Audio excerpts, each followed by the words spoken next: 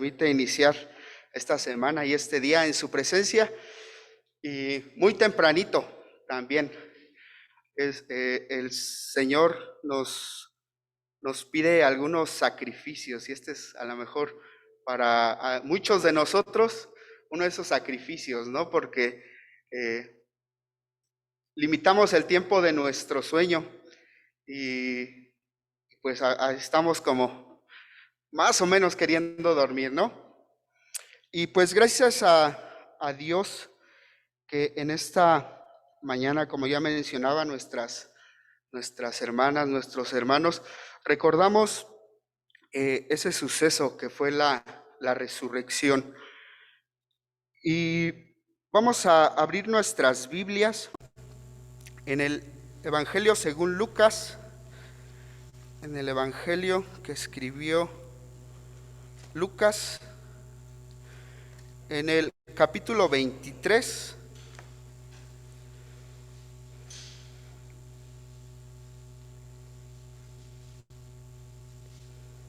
Lucas 23.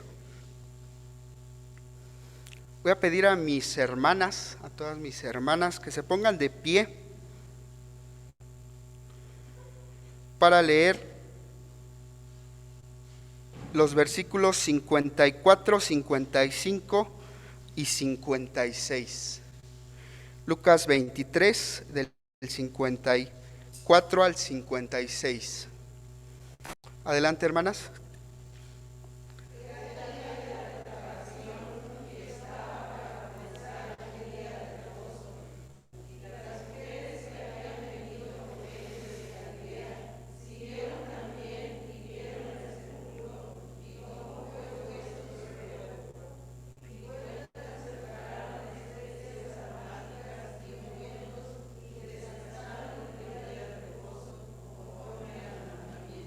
Ok, voy a pedir a mi hermana Aurelia que nos dirija en oración.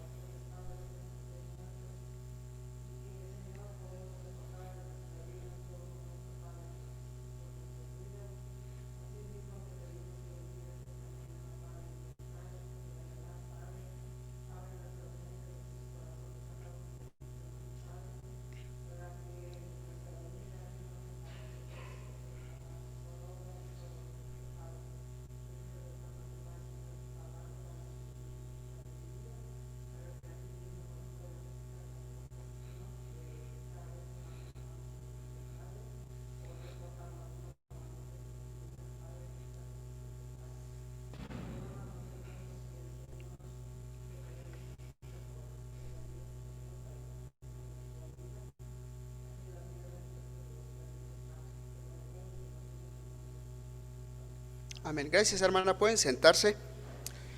Y como leíamos en este pasaje a partir del 54, dice, era el día de la preparación y estaba por comenzar el día de reposo. Jesús murió el día viernes aproximadamente a las 3 de la tarde. De las 3 de la tarde a las 6 son, ¿qué? 3 horas. A las 6 de la tarde iba a cambiar el día, iba a ser un día de reposo. Y en el día de reposo, Dios había dicho que ese día lo iban a apartar para santificarlo.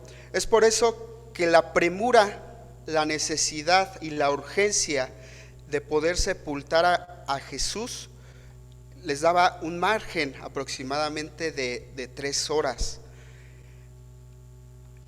Las tradiciones judías preparaban preparaban los cadáveres, tal vez así como lo hacemos nosotros o como lo hacen quienes se encargan de ello.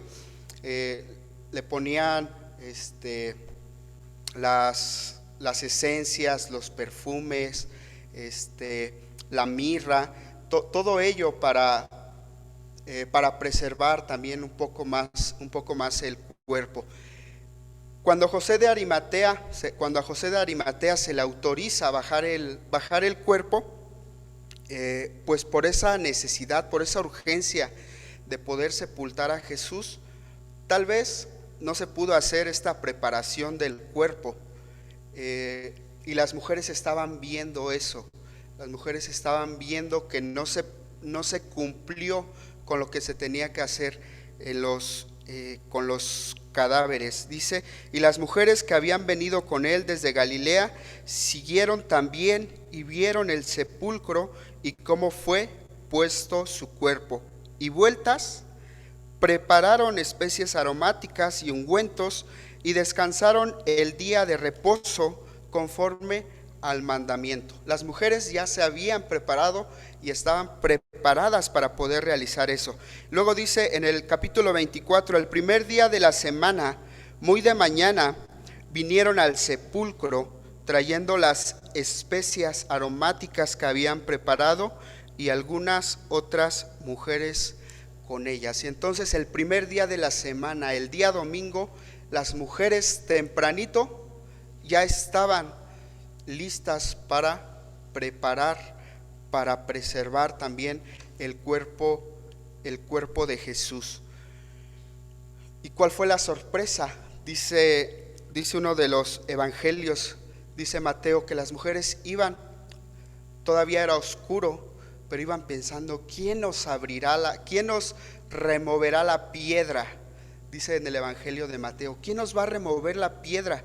Porque era una piedra pesada, una piedra grande y que además estaba sellada. ¿Y qué pasó cuando ellas llegaron? La piedra ya estaba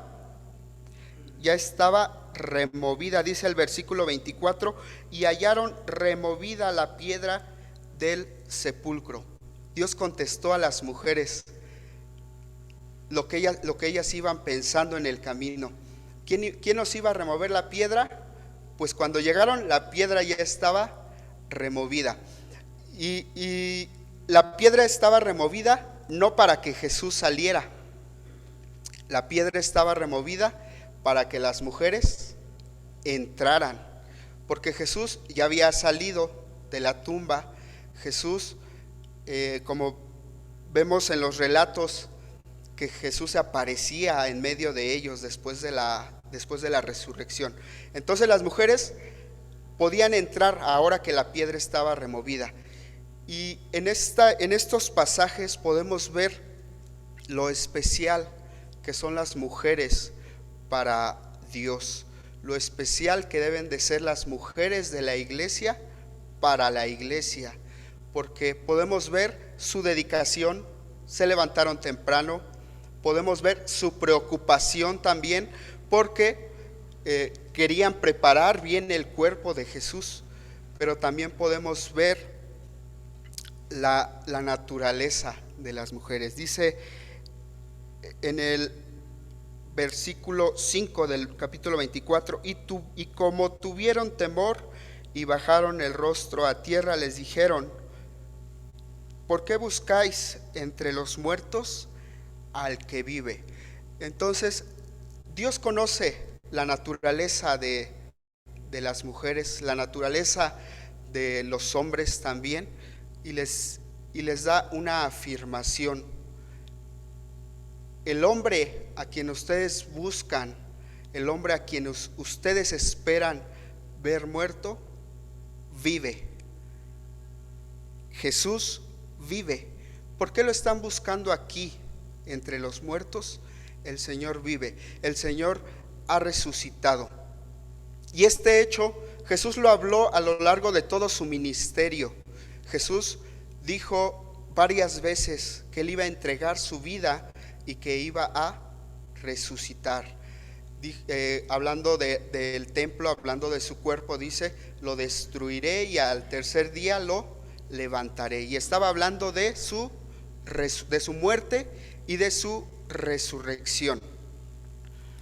Ahora los voy a invitar a que vayamos al Evangelio de Juan, en el capítulo 10. Juan capítulo 10. Y el título, el tema de esta predicación es la resurrección, una confrontación, pero también una restauración.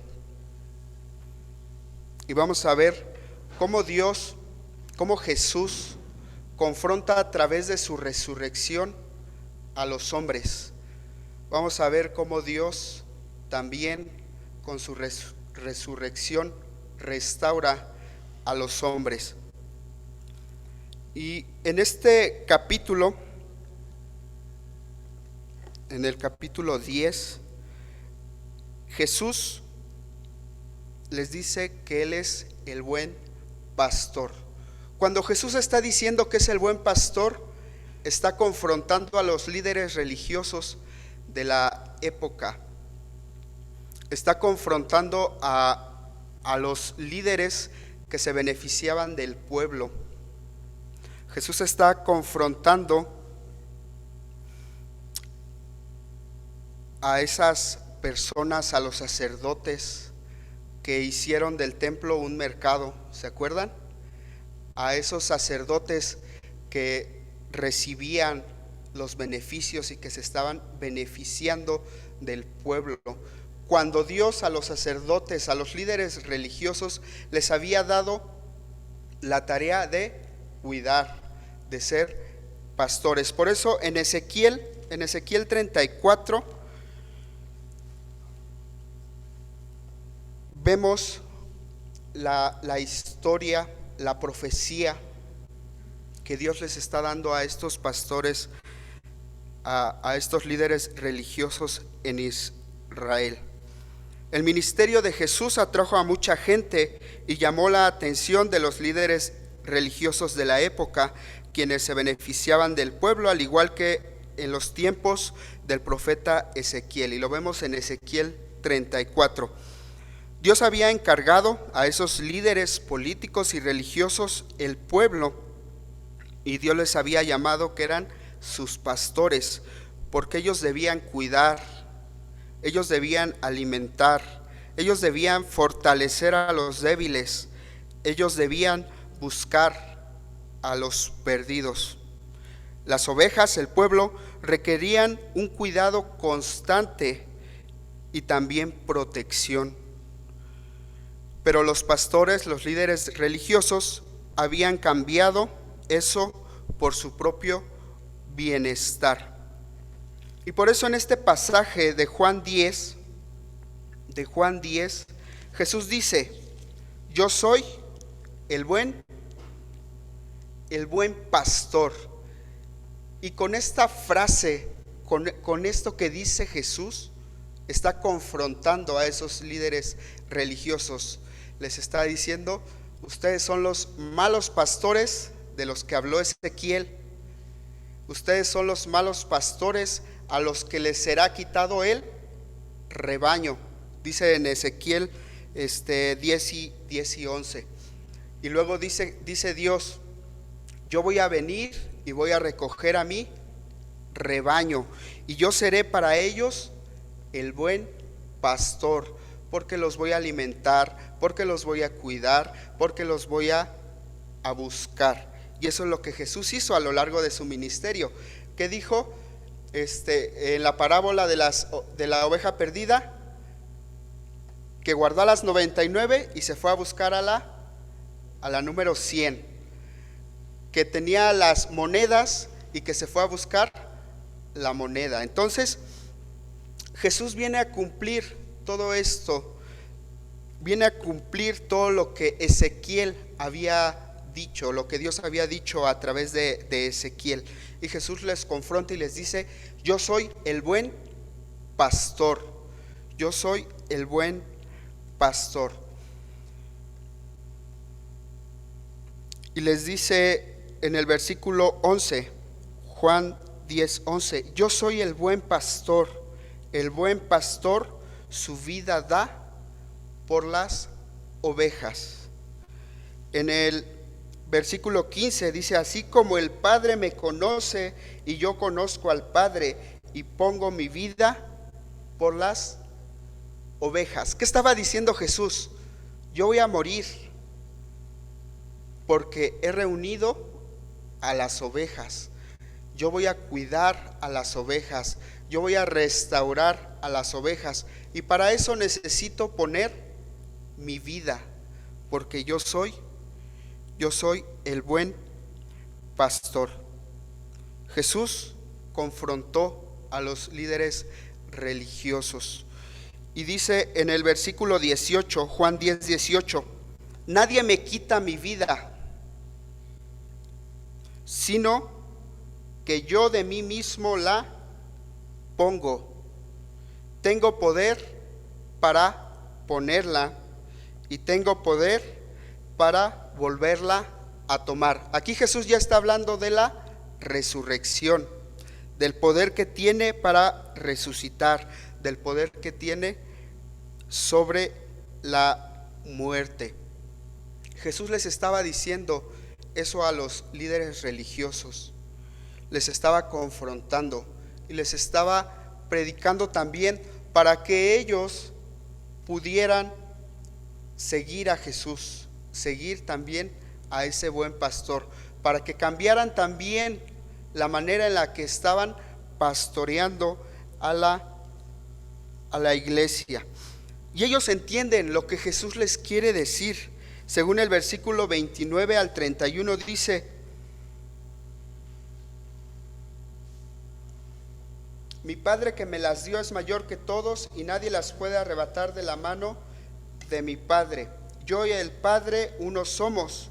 Entonces los judíos volvieron a tomar piedras para apedrearle.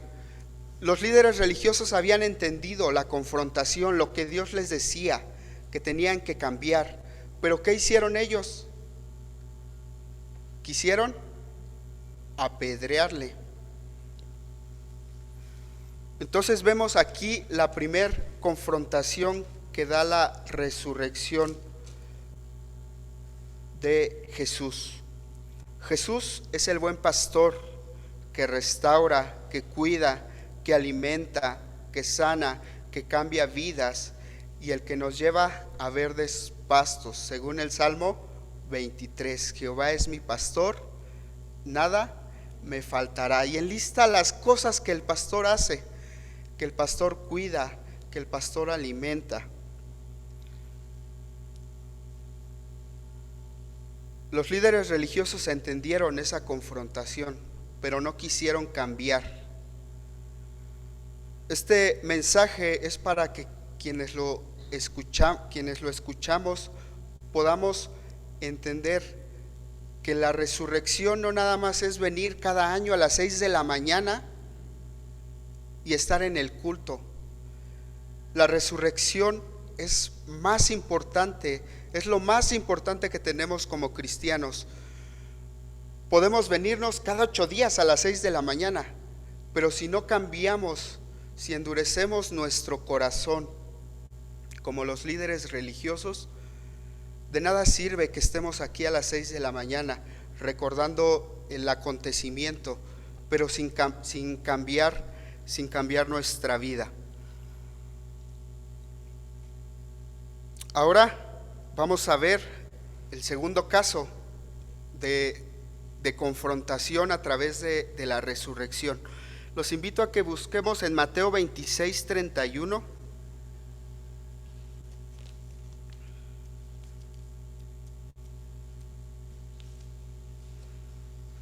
Mateo 26:31. Jesús estaba a punto de morir, de entrar a la pasión.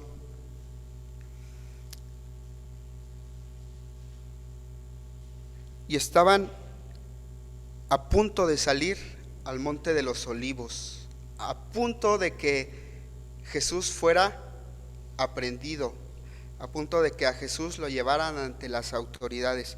Y dice Jesús en el versículo 31, lo leemos todos juntos, dice: entonces Jesús les dijo: todos vosotros os escandalizaréis de mí esta noche, porque escrito está: heriré al pastor y las ovejas del rebaño serán dispersadas. Jesús el buen pastor iba a ser herido.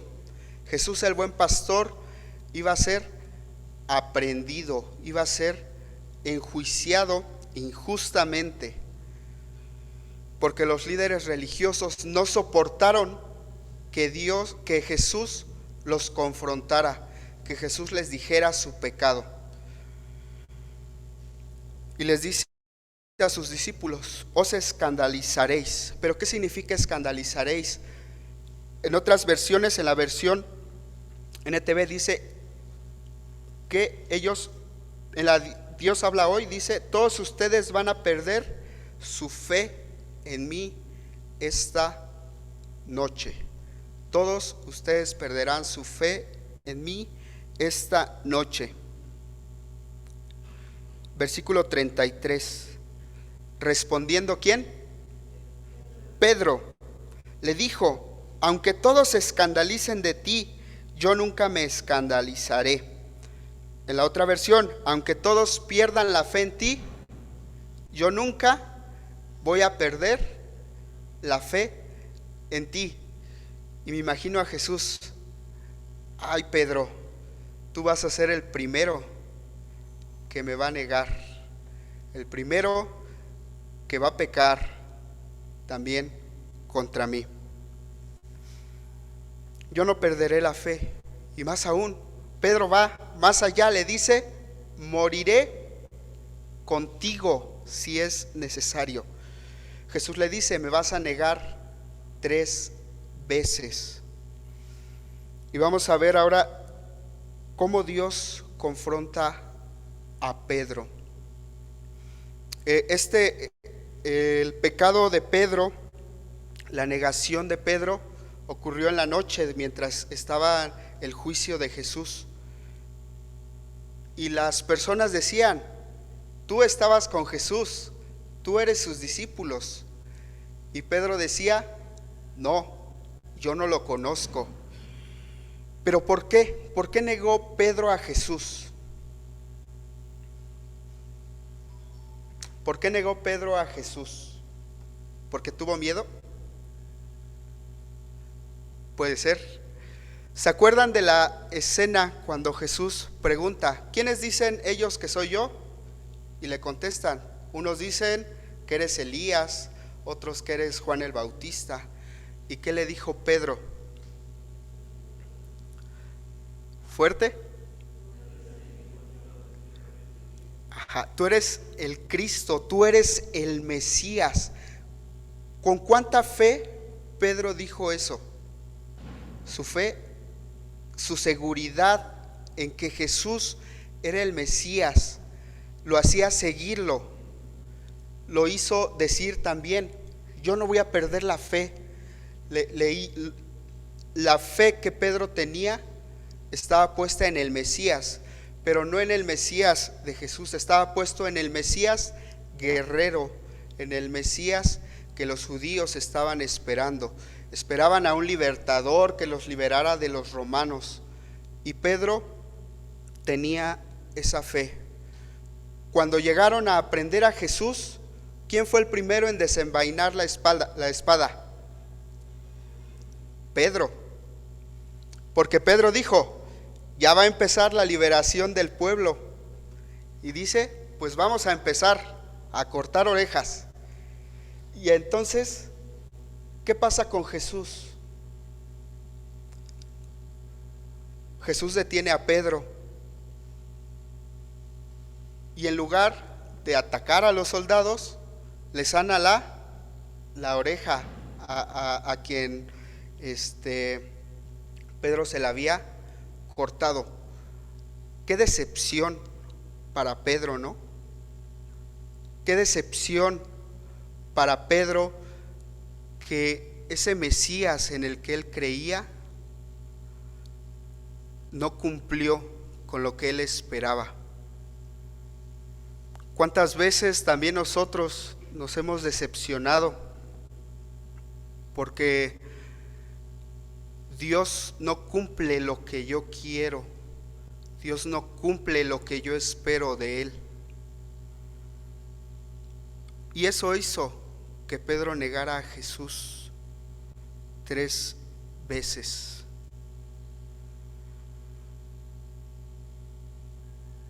Durante el juicio de Jesús, Pedro lo negó. Y no lo negó tal vez por el miedo, tal vez había un poco de miedo por su vida, pero lo negó porque estaba decepcionado. Lo negó porque estaba enojado también. Pedro estaba tan enojado y tan decepcionado que él, después de la muerte de Jesús, ¿dónde estaba?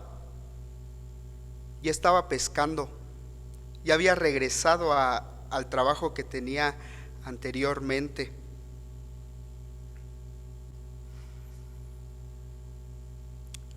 Pero ¿qué pasó el día domingo?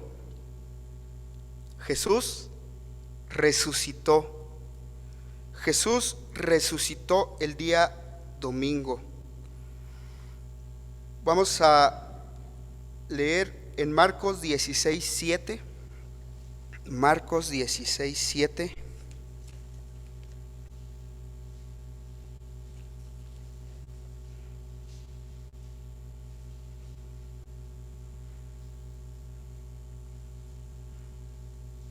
Dice: pero id y decid a sus discípulos. ¿Y a quién? Y a Pedro, que él va delante de vosotros a Galilea, allí le veréis como os dijo. ¿Qué le manda decir Jesús a Pedro? Y específicamente a Pedro, no dice otro discípulo. Le dice: dile a Pedro que Jesús los va a ver en Galilea. El joven que menciona Marcos le manda ese recado a Pedro. Jesús ha resucitado. Lucas 24:12.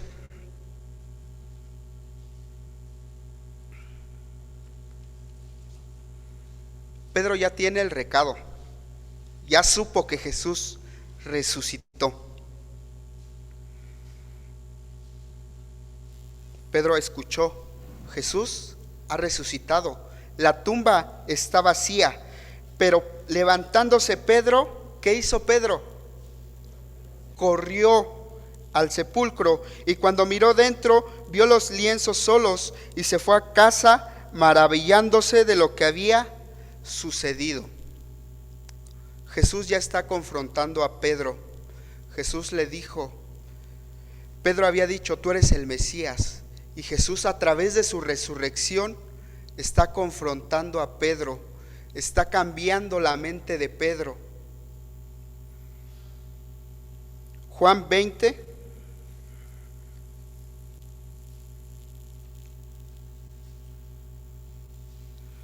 Cada vez los evangelios nos van dando detalles de lo que pasó con Pedro. Juan 20 dice: entonces corrió y fue a Simón Pedro y al otro discípulo, aquel al que amaba Jesús, y les dijo: se han llevado del sepulcro al Señor y no sabemos dónde le han puesto. Y salieron Pedro y el otro discípulo y fueron al sepulcro. Corrían los dos juntos, pero el otro discípulo corrió más aprisa que Pedro y llegó primero al sepulcro. Y bajándose a mirar, vio los lienzos puestos allí, pero no entró. Luego llegó Simón Pedro tras él y entró al sepulcro y vio los lienzos puestos allí y el sudario que había estado sobre la cabeza de Jesús, no puesto con los lienzos, sino enrollado en un lugar aparte. Jesús estaba confrontando a Pedro a través de la resurrección, y dice que Pedro vio los lienzos y el sudario enrollado. Y me imagino a Jesús sentado ahí en la tumba, enrollando sus lienzos. Con cuánta paciencia Jesús enrolló los lienzos, pero también con cuánta paciencia Jesús trató a Pedro. Con cuánta paciencia Jesús trató a Pedro. Y con cuánta paciencia Jesús nos trata a nosotros. Pónganse a pensar. ¿Cuántas veces pecamos? Tenemos algún mal pensamiento, hacemos algo, podemos pecar a lo mejor por ignorancia, pero cuánta paciencia tiene el Señor, cuánta misericordia tiene el Señor con nosotros. Esa misericordia la tuvo con Pedro y estuvo confrontándole. Poco a poco Jesús le mandó decir: ya resucité. Pedro corrió, no vio a Jesús, vio los lienzos. Jesús estaba confrontando a Pedro. Y qué maravilla ser Pedro también, ser testigo de esa resurrección. El pecado de Pedro estaba siendo confrontado. El pecado de Pedro fue dejar de creer en Jesús.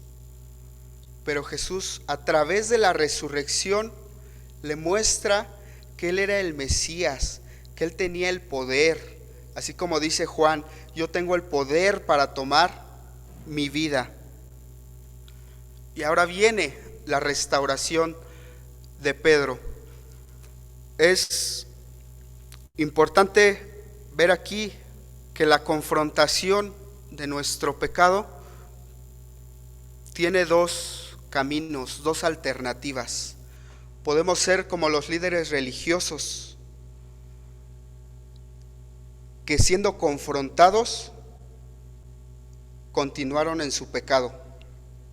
O podemos ser como Pedro, que siendo confrontados recibieron esa restauración. Juan 21, del 15 al 19.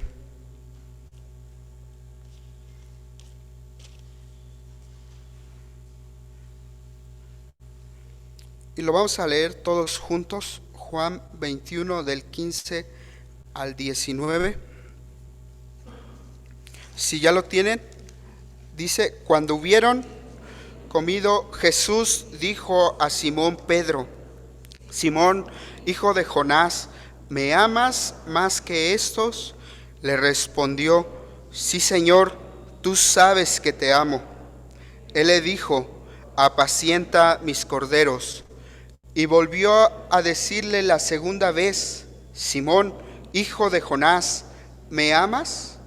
Pedro le respondió: sí, Señor, tú sabes que te amo. Le dijo: pastorea mis ovejas. Le dijo la tercera vez: Simón, hijo de Jonás, ¿me amas? La tercera vez: ¿me amas? Y le respondió: Señor, tú lo sabes todo, tú sabes que te amo. Jesús le dijo: apacienta mis ovejas.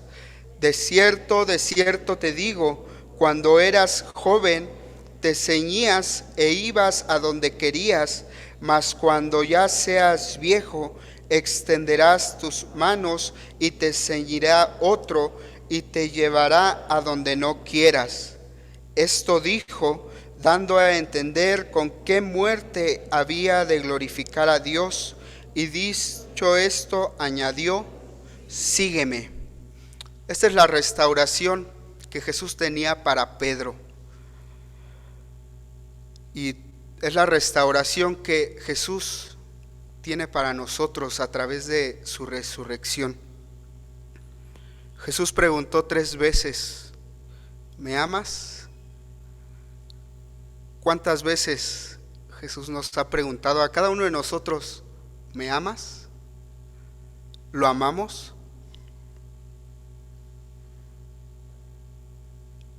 Y podemos decir como Pedro: sí, te amo. Sí, te amo. 3 veces. Pero Jesús le dijo: sígueme. podemos decir, sí, amamos a Dios. Por eso estamos aquí a las 6 de la mañana. Pero Jesús dice, sígueme. La resurrección cambió a Pedro completamente. De negar a Jesús, fue el primero que habló en el día del Pentecostés. Fue el primero que dijo, Jesús resucitó. La vida de Pedro cambió, fue restaurada. Y en esta mañana Dios nos quiere restaurar, quiere borrar nuestros pecados y quiere decirnos, sígueme.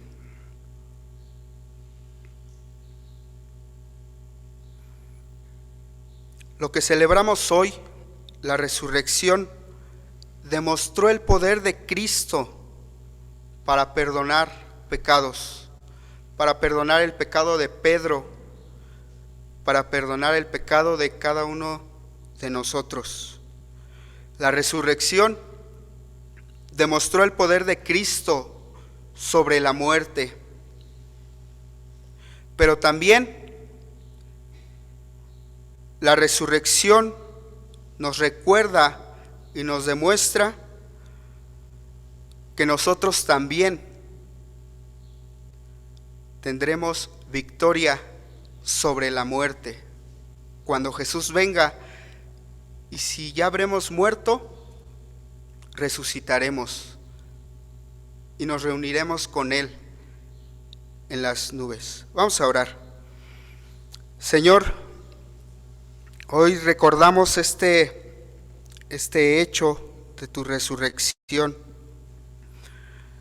Entendemos también que tu resurrección confrontó a muchas personas, a los líderes religiosos de aquella época que creyeron en tu resurrección porque pusieron guardias para cuidar esa tumba, pero que no se arrepintieron. Pero también tenemos a Pedro, que no creyó al principio en la resurrección, pero que cuando tú lo confrontaste, cambió su vida y tú lo restauraste. Señor, entendemos que hoy tú quieres restaurar nuestra vida, quieres cambiar nuestra forma de pensar, de ver las cosas. Ayúdanos, Señor, a poder tener el valor de confesarte nuestros pecados y seguirte, así como tú le dijiste a Pedro, de poder ser instrumentos útiles, de poder ser santos, de poder vivir esa vida digna a la que tú nos has llamado. Ayúdanos, Señor, a vivir la resurrección, a que nuestras vidas reflejen que creemos en Jesús que resucitó de los muertos, en un Dios que tiene el poder sobre la muerte, en un Dios que tiene el poder de transformar nuestras vidas. Ayúdanos a poder hacerlo, ayúdanos a entender cuando nos confrontas y ayúdanos a arrepentirnos y a seguirte. En el nombre de Jesús, amén.